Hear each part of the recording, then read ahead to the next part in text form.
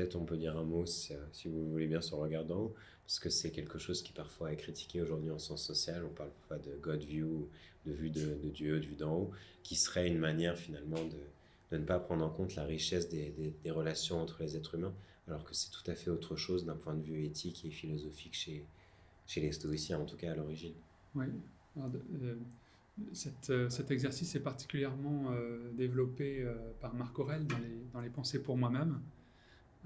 Et l'exercice du regard d'en haut consiste à prendre du recul sur notre vie quotidienne pour relativiser les les inconvénients ou désagréments, en tout cas les petites choses qui nous tracassent et prennent une place beaucoup trop importante par rapport à ce qu'elles sont véritablement. Et donc, en mettant en perspective ce que l'on vit au quotidien, on arrive à mieux supporter les épreuves, à mieux gérer nos émotions, nos réactions face aux événements qui, de toute façon, arrivent. Et on a parlé de la mort tout à l'heure. La méditation de la mort, c'est en fait un exercice particulier, une sous-catégorie, disons, du regard d'en haut.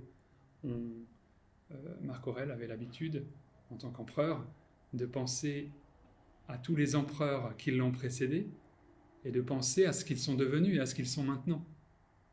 C'est-à-dire qu'ils sont morts, certains dans l'oubli, et donc de relativiser du coup sa propre importance, la propre importance de sa vie, même de sa fonction, si on la remet en perspective dans toute l'histoire du temps, dans toute l'histoire romaine, ou aujourd'hui dans toute l'histoire de l'humanité.